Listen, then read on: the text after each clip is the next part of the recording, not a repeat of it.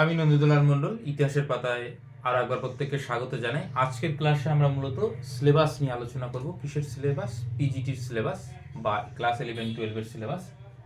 এই যে বিহার স্টেটের যে সিলেবাস, কিসের সিলেবাস? হিস্ট্রি ক্লাস 11-12-এর জন্য যে পার্টিকুলার সিলেবাসটা রয়েছে সেটা আলোচনা করব। এর আগে সোশ্যাল সায়েন্সের সিলেবাসের একটা ব্রিফ আইডিয়া দিয়ে দিয়েছি।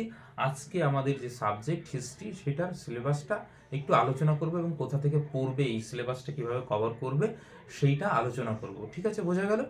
এইবার আসা যাচ্ছে সিলেবাসটা, আশা করি প্রত্যেকেই দেখেছো। টেলিগ্রাম চ্যানেলে আমি পিডিএফ দিয়ে দিয়েছি, যদি কারো মনে হয় সেখানে গিয়ে দেখে নিতে পারো। আমি লিঙ্কটা দিয়ে দিচ্ছি, আর তারপরেও যদি না পাও আমাকে হোয়াটসঅ্যাপ করতে পারো, আমি পিডিএফ কিন্তু তোমাদের দিয়ে দেবো। তো সিলেবাস দেখেছো, টোটাল মোটামুটি 15টা ইউনিটের মতন রয়েছে। তো প্রথম ইউনিটটা রয়েছে ইন্ডাস ভ্যালি সিভিলাইজেশন। দেখো, হিস্ট্রি সিলেবাস মোরলেস একই থাকে, খুব বেশি চেঞ্জ হয় না। অন্য সিলেবাস, অন্য সাবজেক্টে যেরকম চেঞ্জ হওয়ার সম্ভাবনা থাকে, হিস্ট্রির সিলেবাস কিন্তু খুব বেশি চেঞ্জ হওয়ার সম্ভাবনা থাকে না, শুধুমাত্র অ্যাপ্রোচটা চেঞ্জ হয়। বোঝা গেল? তাহলে প্রথম ইউনিটটা রয়েছে কিন্তু ইন্ডাস ভ্যালি সিভিলাইজেশন। এবার এখানে তাহলে দেখা যাচ্ছে প্রি হিস্ট্রি নেই, তাহলে কি প্রি হিস্ট্রি আমরা বাদ দেবো? সেগুলো আলোচনা করছি। তাহলে সিলেবাসে যেটা রয়েছে যে ইন্ডাস ভ্যালি সিভিলাইজেশন প্রত্যেকেই কম বেশি মানে পড়েইছো নিজেদের মতন করে। তারপরে 2 নম্বরে রয়েছে দেখো মৌর্য সাম্রাজ্যের উপর, ঠিক আছে, মৌরিয়া এম্পায়ারের উপর। 3 নম্বরে কিন্তু আবার দেখো ওয়ার্ল্ড হিস্ট্রি পার্ট 2, এইদিকে ইন্ডিয়ান হিস্ট্রি। এবার দেখো 3 নম্বরে রেনেসাঁ, ইউরোপের যে নবজাগরণ ঘটেছিল সেইটা সম্পর্কে কিন্তু 3 নম্বর ইউনিট রয়েছে। বুঝে গেল? এবার 4 নম্বর ইউনিটে কি রয়েছে? Industrial revolution. বুঝে গেল? এটাও কিন্তু ইউরোপের যে বিশেষ করে ব্রিটেনে যে শিল্পায়ন ঘটেছিল এবং ইন্ডাস্ট্রিয়াল রেভলিউশন যে হয়েছিল সেইটা সম্পর্কিত। তাহলে দেখো, প্রথম দুটো হচ্ছে ইন্ডিয়ান হিস্ট্রি, পরেই কিন্তু পরক্ষণেই দুটো হচ্ছে ইউরোপের হিস্ট্রি। কোনো ধারাবাহিকতা তুমি সিলেবাসের মধ্যে সাধারণত পাবে না। আবার 5 নম্বরে এসে দেখো হর্ষবর্ধন চলে আসছে, মাঝখানে কিন্তু অনেক কিছু নেই। বিশেষ করে বৈদিক পিরিয়ডটা এখানে মিসিং, তারপরে ষোড়শ মহাজন পদ এখানে মিসিং।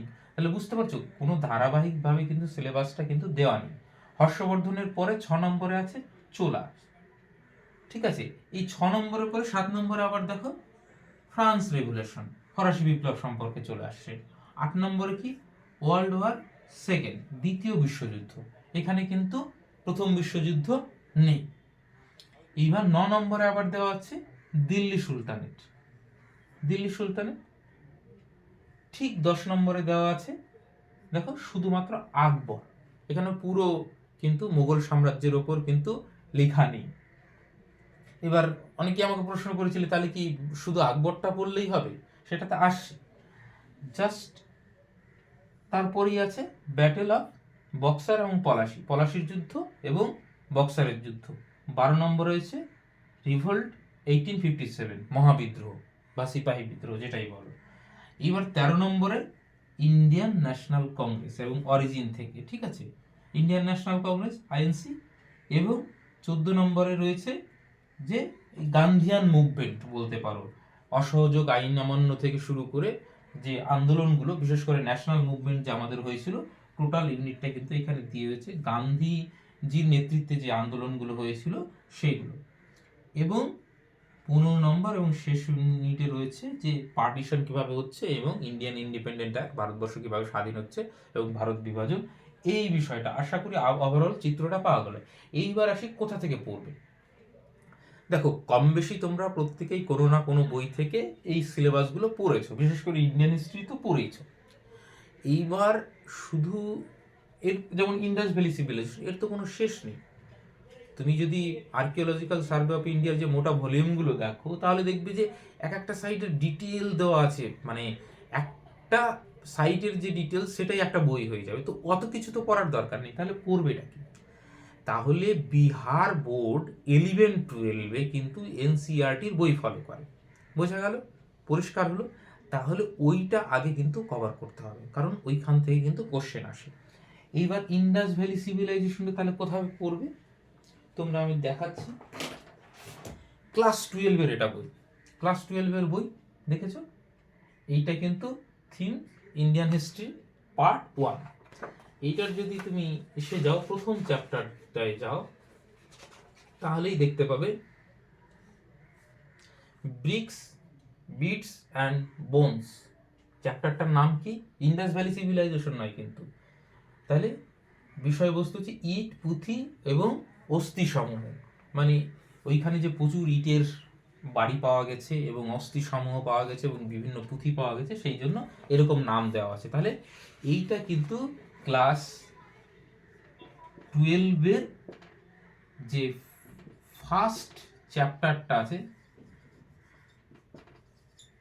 এইখান থেকে তোমরা আগে এইটা কভার করবে। এইবার কারো যদি ইংলিশে প্রবলেম হয়, হিন্দি যদি ভালো পারো তাহলে হিন্দিতে পড়বে, আর হিন্দি ইংলিশ দুটোতেই যদি প্রবলেম হয়, বেসটা ক্লিয়ার করার জন্য কিন্তু বাংলায় পড়বে।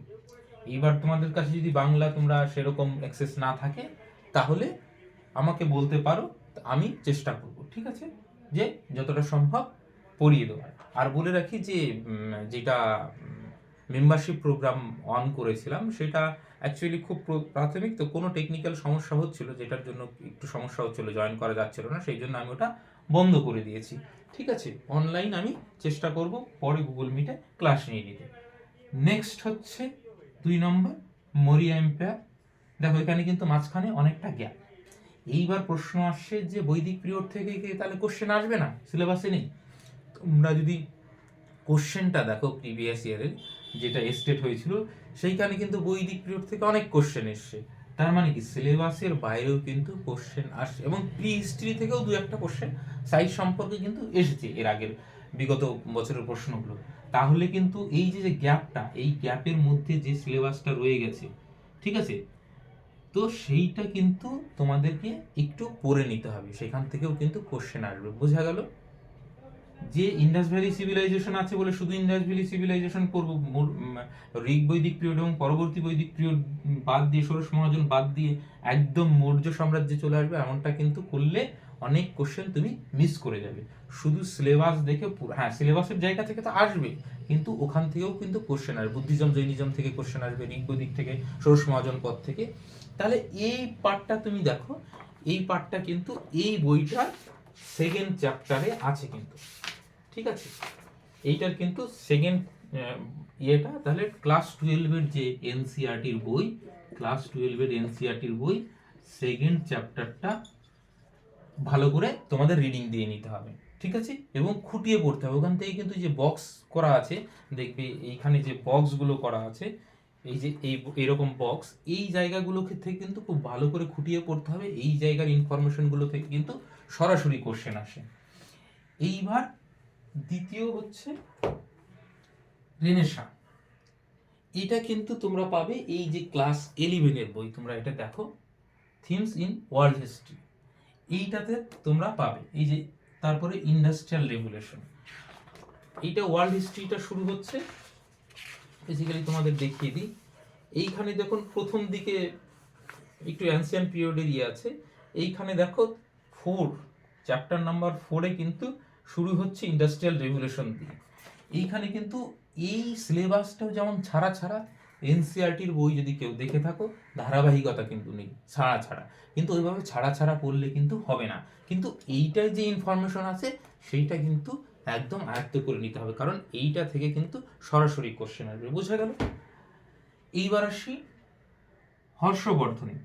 হর্ষবর্ধনের কথা কিন্তু এইখানে তেমনভাবে মেনশন করা নেই, বোঝা গেল? আবার তারপরে রয়েছে চোলা রয়েছে, চোলাদের কথা এখানে রয়েছে, দেখতে পাবে।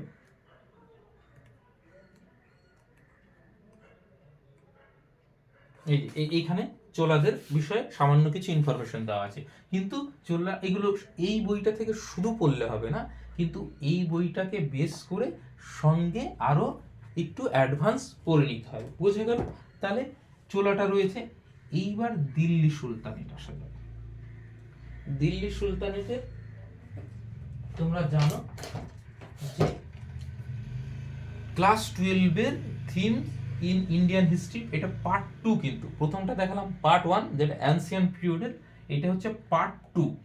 পার্ট 2-তে কিন্তু মানে মিডিয়াভেল রয়েছে, তো সেইখানে তোমরা দিল্লি সুলতানেট পেয়ে যাবে এবং আকবর বা মুঘল পিরিয়ডটা পেয়ে যাবে। এইখানে যত ইনফরমেশন আছে সবগুলো গিলে ফেলতে হবে, বোঝা গেল? তারপরে তুমি এক্সট্রা কোনো ভালো একটা টেক্সট বুক অবশ্যই পড়বে, কিন্তু তার আগে কিন্তু এই ইনফরমেশনটা পুরোটা গিলে ফেলতে হবে, বোঝা গেল? তাহলে মিডিয়েভেলটা এই 2 নম্বর থেকে হয়ে গেল। এইবার আসা যাক যে ব্যাটল অফ পলাশি, রিভল 1857, অর্থাৎ এই সময় হচ্ছে ইউরোপীয়দের আগমন হচ্ছে। এইটা দেখো, এই যে ক্লাস 12-এর যে পার্ট 3 আছে, themes in Indian history part 3, এইখানে কিন্তু এটা একদম প্রথম থেকে মডার্নটা শুরু হচ্ছে। এই দেখো, কলোনিয়ালিজম থেকে শুরু হচ্ছে, ঠিক আছে, এবং একদম আমাদের স্বাধীনতা সংগ্রাম, মানে এটা পুরো ইয়েটা কিন্তু মডার্নের বেসে। আশা করি বোঝাতে পারলাম। তাহলে এই যে battle of Plassey, revolution 1857, revolt 1857, Indian National Congress, Gandhian movement এবং ইন্ডিয়ান ইন্ডিপেন্ডেন্ট অ্যাক্ট, এই পুরো মোটামুটি 11 থেকে 15 অবধি তোমরা মূলত এই পার্টটার থেকে কভার করবে। আর তারপরে কোনো একটা ভালো বই নিশ্চয়ই এতদিন পড়েছো, সেগুলো তো পড়তেই থাকবে, কিন্তু এইখানে যা যা ইনফরমেশন আছে এইরকম বক্স করে দেওয়া, এইগুলো কিন্তু একটাও বাদ দেওয়া যাবে না। আশা করি কিভাবে পড়তে হবে বোঝাতে পারলাম। এই যে একটা সিলেবাস, এবং এই সিলেবাসের বাইরেও কিন্তু তোমাদের অনেক কিছু পড়তে হবে, কিন্তু এই সিলেবাসটাকে এক ফোঁটাও ছাড়লে হবে না। এই সিলেবাসে যা আছে সেটা তো পড়তেই হবে। এখান থেকেই তোমার 60-70% কোশ্চেন এই এনসিইআরটি এবং এই সিলেবাস থেকে আসবে। হ্যাঁ, কিছু বাইরে থেকে অবশ্যই আসবে, সিলেবাসের বাইরে থেকে, যেগুলো এখানে মেনশন করা নেই, সেগুলো কিন্তু একটু প্রিভিয়াস ইয়ার ঘেটে বুঝে নিয়ে তারপরে কিন্তু পড়তে হবে, ঠিক আছে? তো আমি একদম বেসিক একটা আইডিয়া দিয়ে দিলাম যে এই সিলেবাসটা কিভাবে কভার করবে এবং সিলেবাসের বাইরে কি কি পড়বে এবং এনসিইআরটি কেন পড়তে হবে সেটাও বলে দিলাম। আর এরপরেও যদি কোনো কোশ্চেন থাকে তাহলে নিশ্চয়ই আমাকে বলো, আমি উত্তর দেওয়ার চেষ্টা করব। সকলকে অসংখ্য ধন্যবাদ। নেক্সট আমরা এই এনসিইআরটি ধরে শুরু করব এবং এমসিকিউও প্র্যাকটিস করব, ঠিক আছে? বোঝা গেল?